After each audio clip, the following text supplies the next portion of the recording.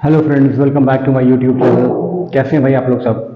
तो हम लोग इंग्लिश जो हम लोगों की स्पीकिंग सीरीज़ है उसी में हम लोग कुछ थोड़ा सा और आगे आज बात करेंगे। हम लोगों ने लास्ट क्लास में कुछ टेंसेस को ट्रांसलेट किया था, कुछ सेंटेंसेस को, तो उसी श्रृंखला में उसी सीरीज़ में हम लोग उसको क्रम में और आगे बढ़ाएंगे। लेकिन सबसे पहले मैं आपको ये बताना चाहूँगा भाई कि अगर आपने मेरे चैनल को अभी तक लाइक नहीं किया है, शेयर नहीं किया है, सब्सक्राइब नहीं किया है, तो प्लीज़ आप इसे लाइक करें, शेयर करें और सब्सक्राइब करें। तो चलें फिर हम लोग आज स्टार्ट करते हैं अपने क्लासेस को। तो आज हम लोग बात करेंगे प्रेजेंट इनडेफिनिट आपका जो सेंटेंसेस हैं उनके बारे में। प्रेजेंट इनडेफिनिट सेंटेंस मैंने आपको बताया था, सेंटेंसेस जो होते हैं वो 3 तरह के होते हैं, पास्ट, प्रेजेंट, फ्यूचर, और उनमें 4 हर की जो होती हैं वो ब्रांचेस होती हैं, हर के 4 टाइप्स होते हैं। तो आज हम लोग बात करेंगे प्रेजेंट टेंस में प्रेजेंट इनडेफिनिट की। ठीक है, तो सबसे पहले तो हम ये जानते हैं कि भाई इनको हम लोग कैसे आइडेंटिफाई करेंगे कि प्रेजेंट अगर इनडेफिनिट है तो कैसे हम आइडेंटिफाई करेंगे।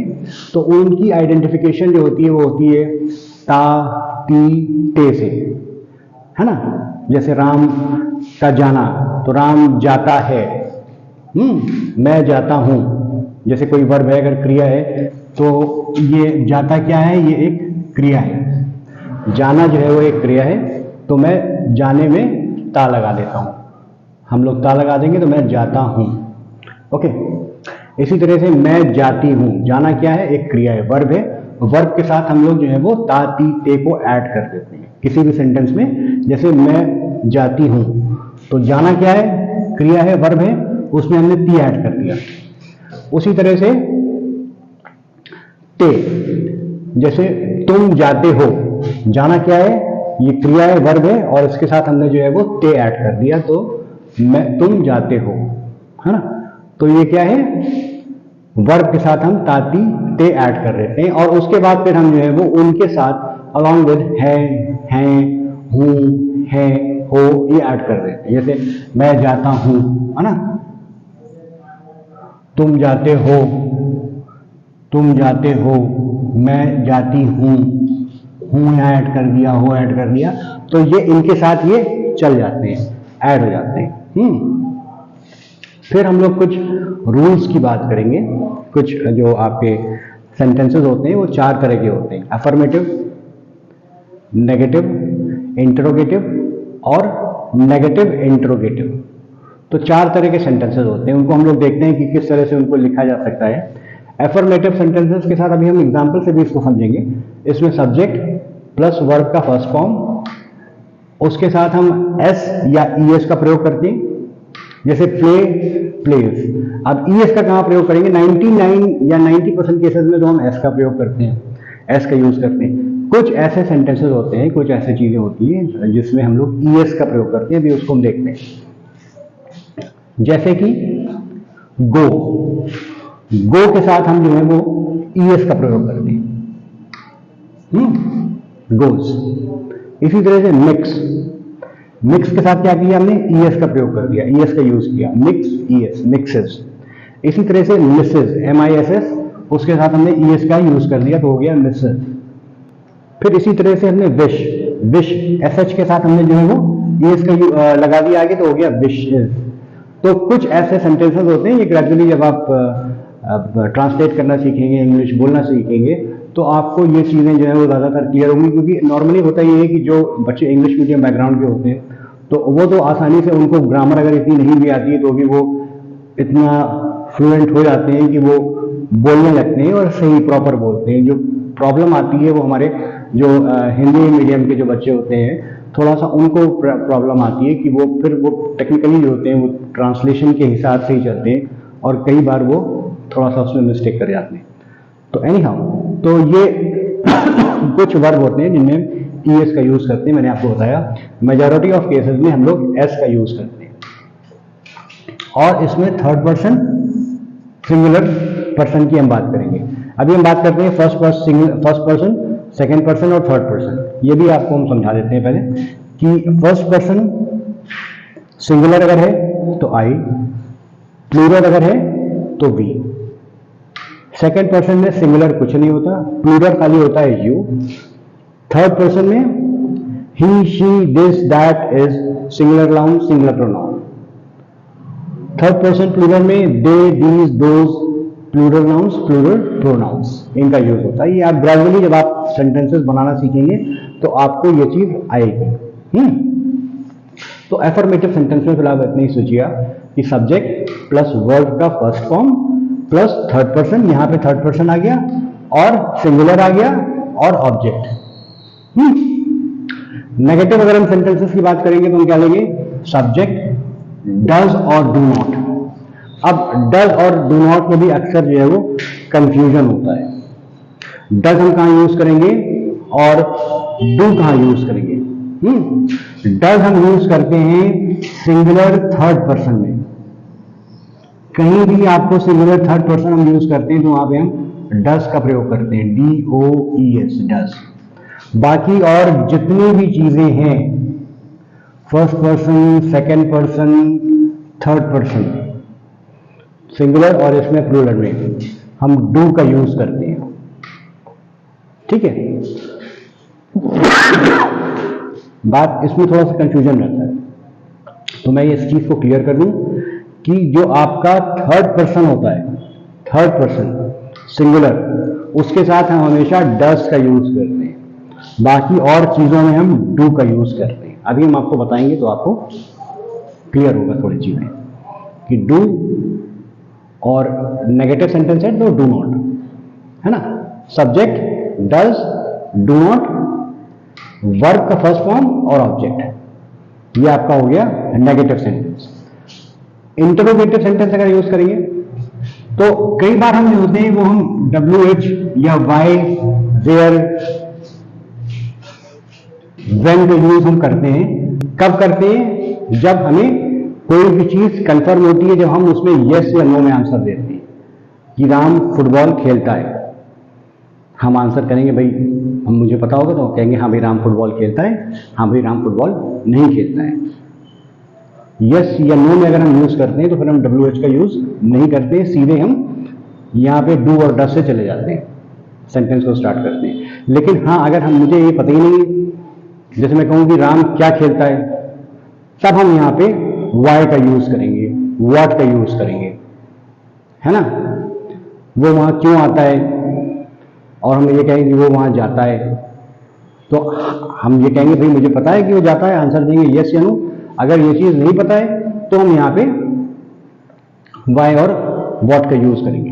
सिमी, उसके बाद do, does, subject plus verb का फर्स्ट फॉर्म प्लस ऑब्जेक्ट और एक क्वेश्चन मार्क। नेगेटिव सेंटेंसेस को अगर हम यूज करते हैं, नेगेटिव इंटरोगेटिव को, तो सिमिलरली उसी तरह से कि Ram place football, Ram football खेलता है, मुझे आंसर पता है यस। अगर नेगेटिव में है तो नो। जो चीज मुझे नहीं पता है, अगर राम क्या खेलता है, आई नेवर नो, तो व्हाट यहां पे हो जाएगा फिर, और डू और डज नॉट का यूज हम करेंगे, आगे हम बताते हैं, ट्रांसलेट करेंगे।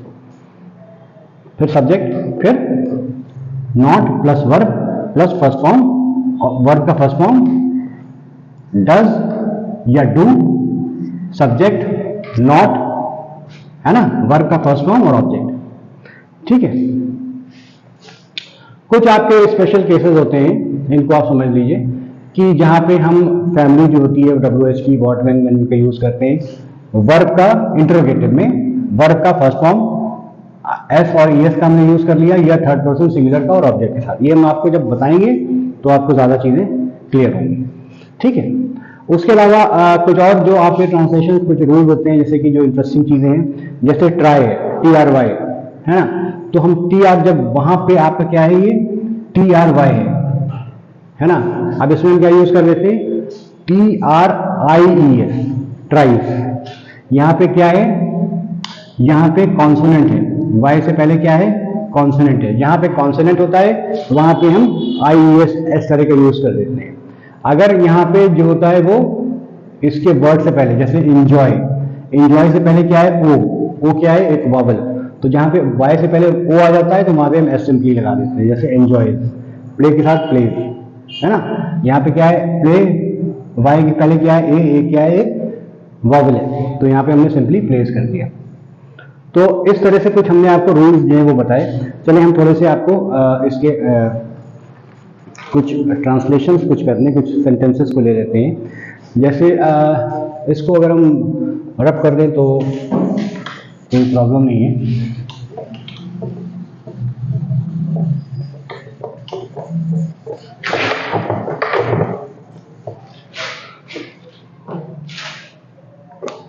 सॉरी,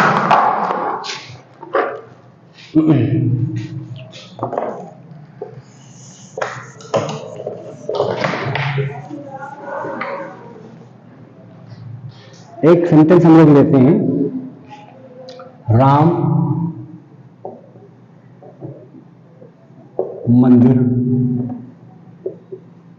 जाता है। ठीक है, राम मंदिर जाता है। अब इसमें राम क्या है? सब्जेक्ट हो गया। जाना, जाना क्या है? वर्ब का फर्स्ट फॉर्म हो गया। कहां जाता है?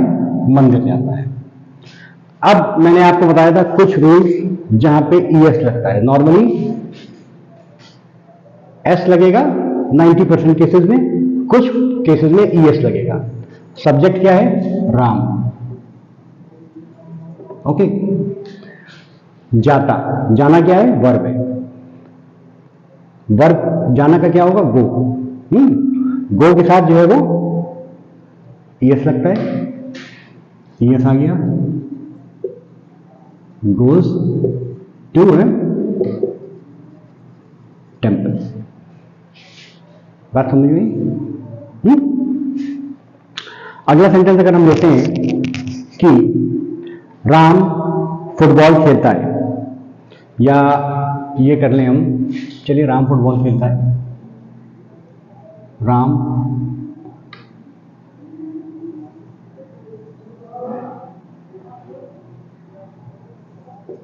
राम फुटबॉल खेलता है। ठीक है, यहां पे राम क्या हो गया? सब्जेक्ट हो गया। ओके, खेलना वर्ब हो गया। खेलता है, खेलने का जो इंग्लिश ट्रांसलेशन होगा क्या होगा? प्ले। तो यहां पे वर्ब का फर्स्ट फॉर्म है। 90% केसेस में ऐसा आएगा, राम प्लेज क्या खेलता है? फुटबॉल। बात समझ में? अब अगर हम इसको हम नेगेटिव सेंटेंस में लेते हैं, मान लो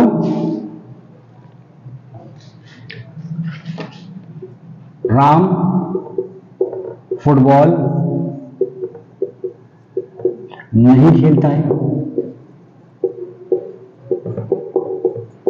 नेगेटिव सेंटेंस लेते हैं तो क्या होगा?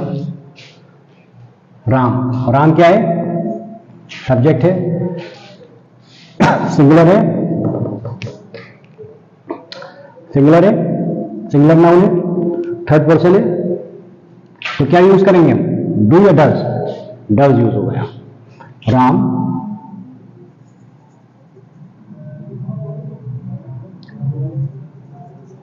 डज नॉट, अगेन वर्ब का फर्स्ट फॉर्म खेलता, अगेन खेलना, प्लेज फुटबॉल। इसी तरह से राम मंदिर नहीं जाता है। राम मंदिर नहीं जाता है। राम मंदिर नहीं जाता है ना? राम क्या हो गया? सब्जेक्ट हो गया। अब again third person singular person, does हो जाएगा। Ram does not go to a temple. Okay, बात समझ में आई? अब अगर हम इंटरोगेटिव सेंटेंस उसको लेते हैं, क्या पूछेंगे हम? क्वेश्चन क्या होगा अगर हम इंटरोगेटिव सेंटेंस लेते हैं? राम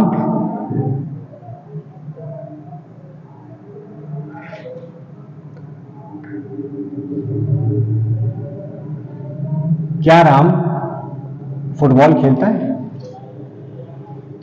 अगर हम क्या लगा दें, या अगर हम एक सेंटेंस लेते हैं, इसको इस तरह से लेते हैं, राम फुटबॉल खेलता है। पहले हम ये करते हैं, राम फुटबॉल खेलता है।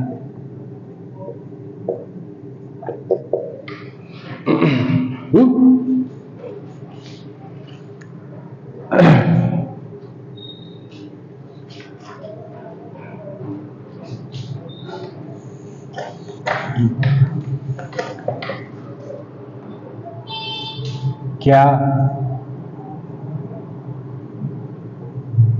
राम फुटबॉल खेलता है?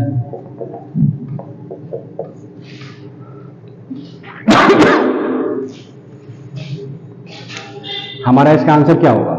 क्या राम फुटबॉल खेलता है? मुझे पता है खेलता है, हाँ खेलता है, नहीं पता है नहीं खेलता है। तो क्या राम फुटबॉल खेलता है? हमारा इंग्लिश ट्रांसलेशन से क्या हो, क्या हमने बोल दिया, जब हमारे पास यस या नो में आंसर होता है तो हम व्हाट व्हेन व्हाई का यूज नहीं करते। स्टार्ट हम करेंगे अपने डू और डस से। फर्स्ट पर्सन है, थर्ड फॉर्म है, हो जाएगा डस। Ram play football.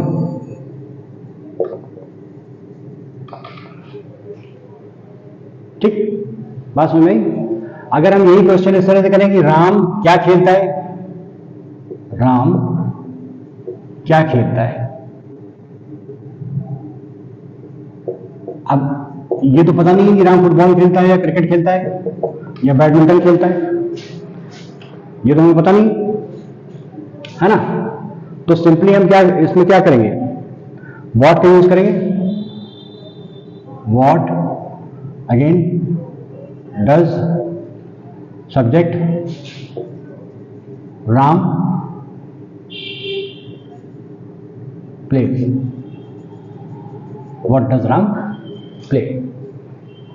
ओके, बात समझ में आई है कि नहीं? अगर हम इसको नेगेटिव इंट्रोगेटिव लेते, तो अगर हम ये लिखें कि क्या राम फुटबॉल नहीं खेलता है, क्या राम फुटबॉल नहीं खेलता है,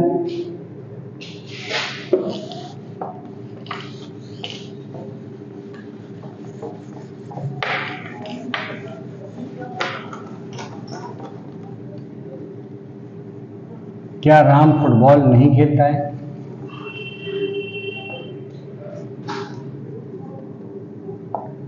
क्या राम फुटबॉल नहीं खेलता है, क्या राम फुटबॉल नहीं खेलता है। हमें ये चीज बताए आंसर कि या तो हम ये कहेंगे कि भाई राम फुटबॉल खेलता है, या हम ये कह देंगे साहब राम फुटबॉल नहीं खेलता है। जब हमें ये चीज पता होती है तो हम व्हाट व्हेन व्हाई का यूज नहीं करते, सिंपली डज हो जाएगा। क्यों डज होगा? फर्स्ट फॉर्म थर्ड पर्सन है, सिंगुलर है, डज हो जाएगा। Does Ram play,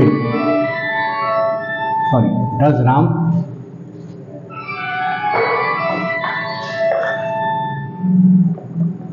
does Ram do not, does Ram not, does Ram not play, verb आ गया, प्ले खेलता है, अगेन फुटबॉल। ओके, बात समझ में आई? अब हम अगला सेंटेंस अगर ले लेते हैं,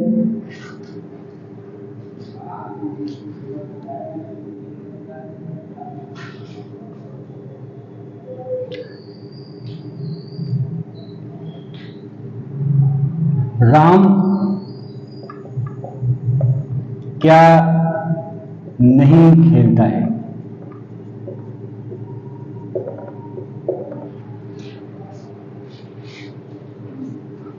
इसको ट्रांसलेट करते हैं तो अब हमारे पास इसमें सेंटेंस जो है वो यस या नो में तो आ नहीं सकता। राम क्या नहीं खेलता मुझे तो पता नहीं, ये मैं बताऊंगा हाँ भाई राम ये चीज़ नहीं खेलता है, हाँ भाई ये चीज़ राम खेलता है, मुझे ये पता ही नहीं कि क्या खेलता है क्या नहीं खेलता। तो सिंपली हम ये कर देंगे what does Ram, what does, subject क्या है यहाँ पे देखो व्हाट, फिर does, subject Ram, again verb not play. आया समझे? नहीं आया?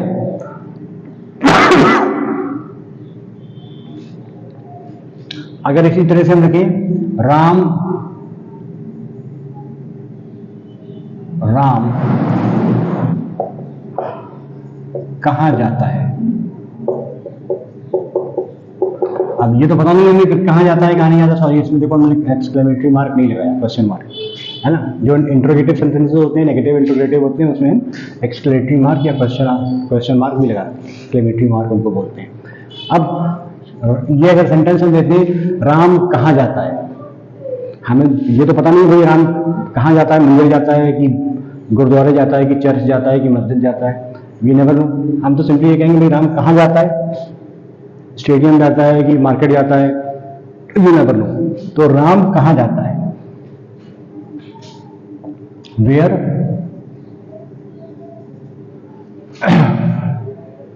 अब ये क्या है, सिंगुलर है, थर्ड पर्सन है, सिंगुलर नाउन है, डज का यूज हो जाएगा, where does, again verb sorry subject आ गया, वेयर डज राम